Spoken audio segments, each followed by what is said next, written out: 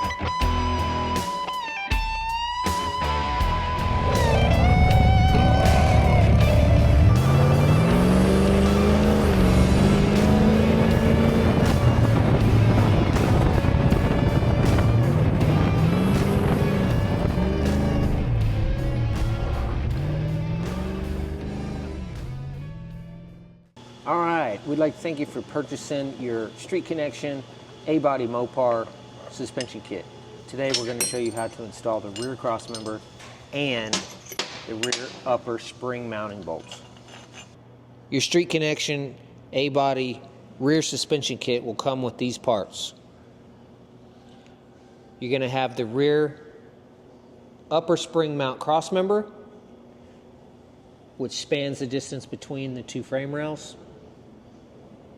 The kit will also come with the rear upper weld-in pockets, rear upper spring bungs, and then you'll want to save your existing upper spring mounts. This part is bent in an L shape and it spans the distance between the inside of the frame rails. This part will eventually end up getting welded in solid. But for now, we don't want to weld it in. We just want to mock it up and test fit it. Your rear upper spring crossmember is going to be intentionally left long on the outer ends. You will need to grind those to fit your frame application specifically. We did this because not every car is identical. So be prepared to grind the ends and tune fit them to your application. The large hole in the rear upper spring crossmember is clearance for the coilover spring. You do not need to weld anything here. The 5/8 round hole next to that slot is your new upper spring mounting location. This is the hole that you're going to want to use to locate your new drill hole that you're going to need to drill into the existing sheet metal. The latest version of the upper rear spring crossmember comes with these triangulated holes in them.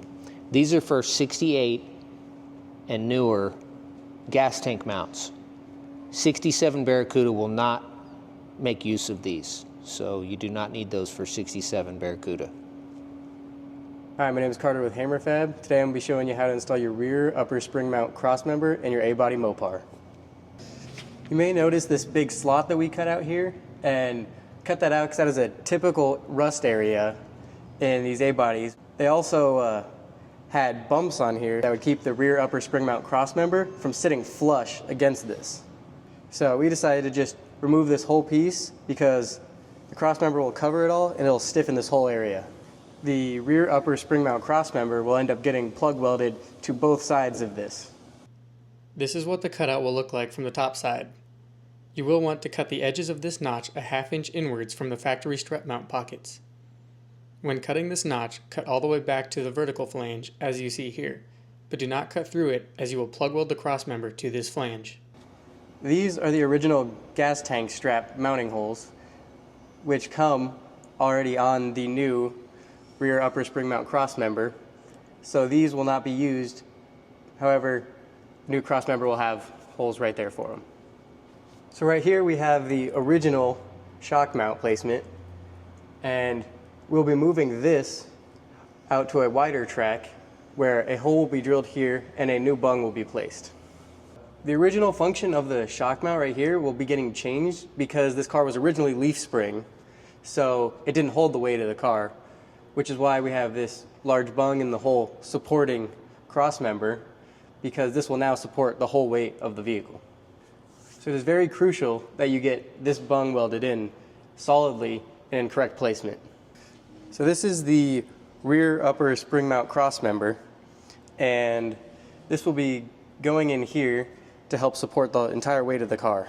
After you get your rear inner frame stiffening plate plug welded in, you're going to want to take your rear upper spring crossmember mount and fit it in. You may need to grind the ends a little bit to get it to fit snugly. Since the crossmember will come with the bungs pre-welded on, you will have to fit the edges first, then slide the crossmember up flush against the floor and push it backwards until the bungs hit the sheet metal. Use a marker or a punch to mark the hole of the bungs on the sheet metal behind it. Drill out where you marked big enough for the bung to fit inside. If the hole is a tiny bit larger than the bung, that is fine. But it is important to only drill through the first layer of sheet metal at this step. Then you can slide the crossmember all the way back into position. The corners on this part will end up getting MIG welded in with a nice big fillet weld. The round holes are for plug welding with the MIG welder.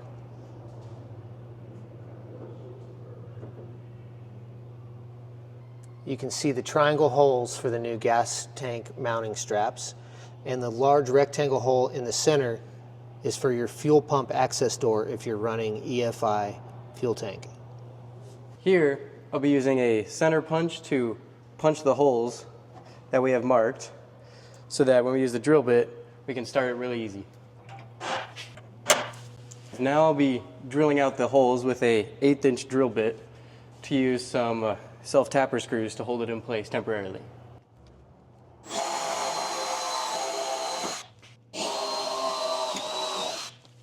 Now that we have the holes drilled, we can screw it into place.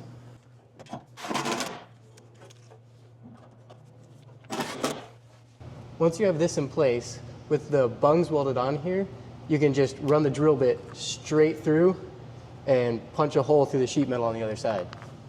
So that's what we're going to go ahead and do right now.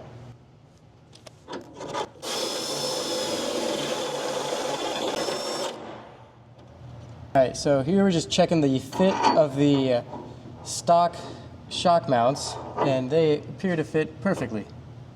So right now, just mocking up the pocket that's going to go in. For the initial cut mark, you can line this up with the hole and trace around it. We're going to do a rough cut, tiny bit shorter, and then creep up on it.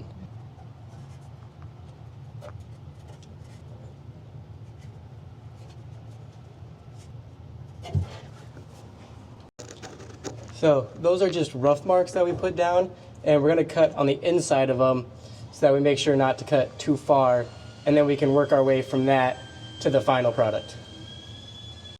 First, Carter's going to make the initial cut into the existing sheet metal with a cutoff wheel.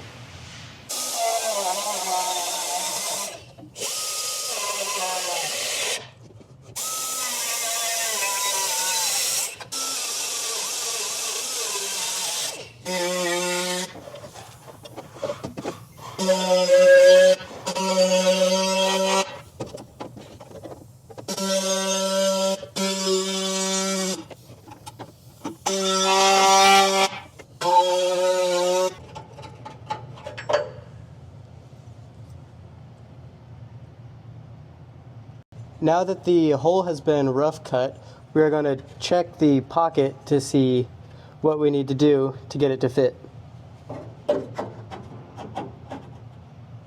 The hole is a little smaller than the pocket, which is what we wanted. A little bit of work with the carbide and should be good.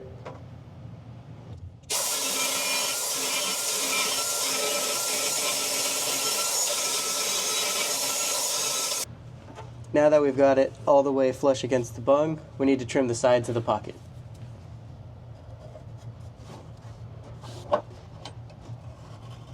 Mark both sides, then remove the piece for trimming. Once you have the piece trimmed, you're ready for the final fit and welding. Now we've got our trim marks on here. Flip it over. And we're going to grind that off using a Burr King grinder.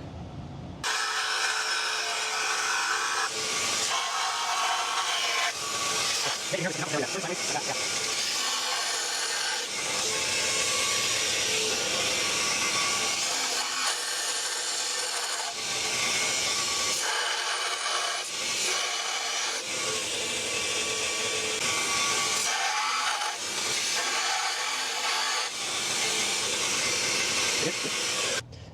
that we have trimmed the pocket up, we got the suspension bolt through there, and we're going to put a nut and washer on it and snug it up for welding it.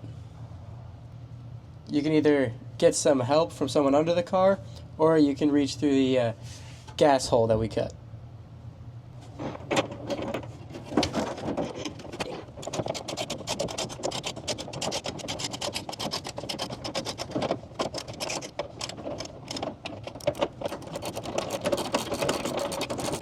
Yep.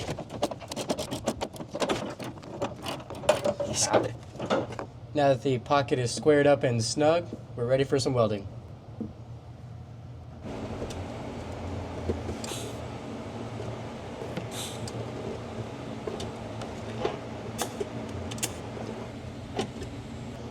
You can MIG weld this in too if you want. It's just you got to be careful of sparks hitting the glass and paint. TIG is a little bit safer on sparks, a little bit less likely, but it is a little bit harder to maneuver.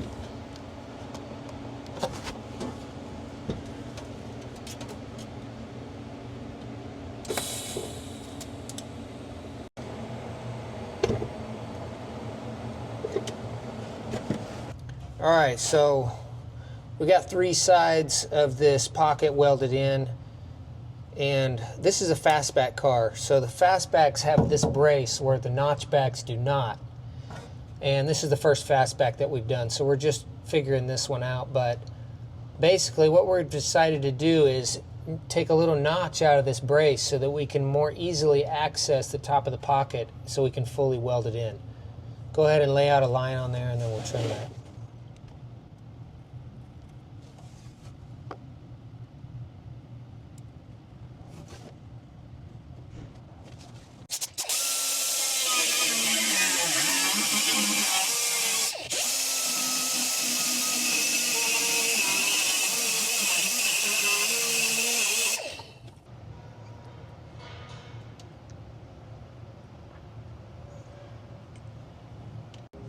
Make sure that you get the pocket fully welded all the way around.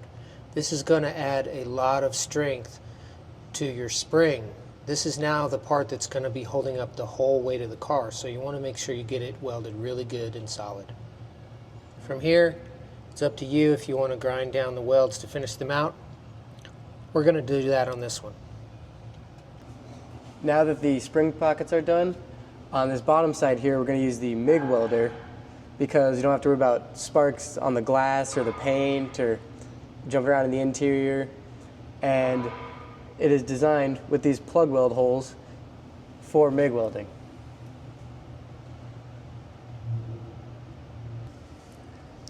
For the edge over here, I'm going to do a full weld along it against the frame stiffening plate. And then for the top, it'll just be stitch welded along with the plug welds.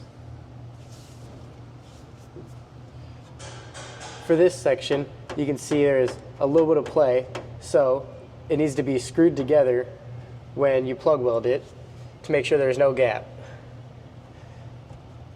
To do that, we will probably screw every other one and plug weld, then remove the screws and fill those screw holes with plug weld.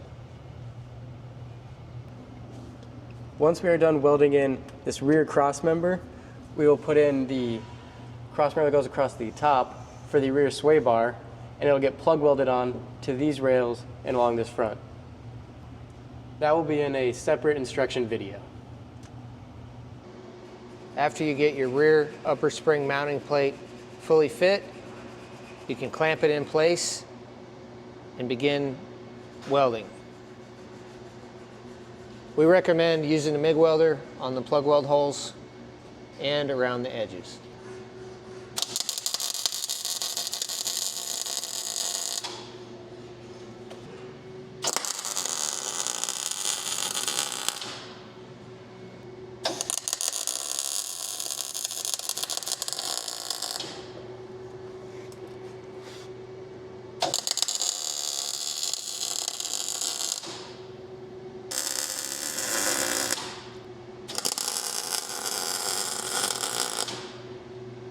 After all your plug welds are done, we recommend welding the corners fully around the L channel.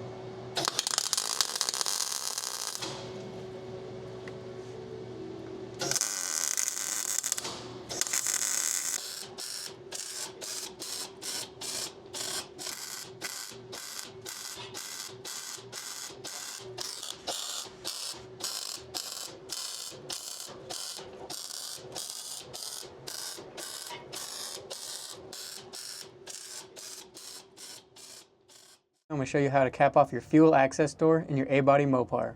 Each kit is going to come with 2 sets of these pieces. They're laser cut and pre-bent to fit, ready for you to install. The areas that you were patching are going to be this notch that was cut out here and this small notch over here. It also serves as an access door for servicing your fuel pump and sending unit. We're going to be TIG welding these plates in. First you want to tack them in place, then fully weld them.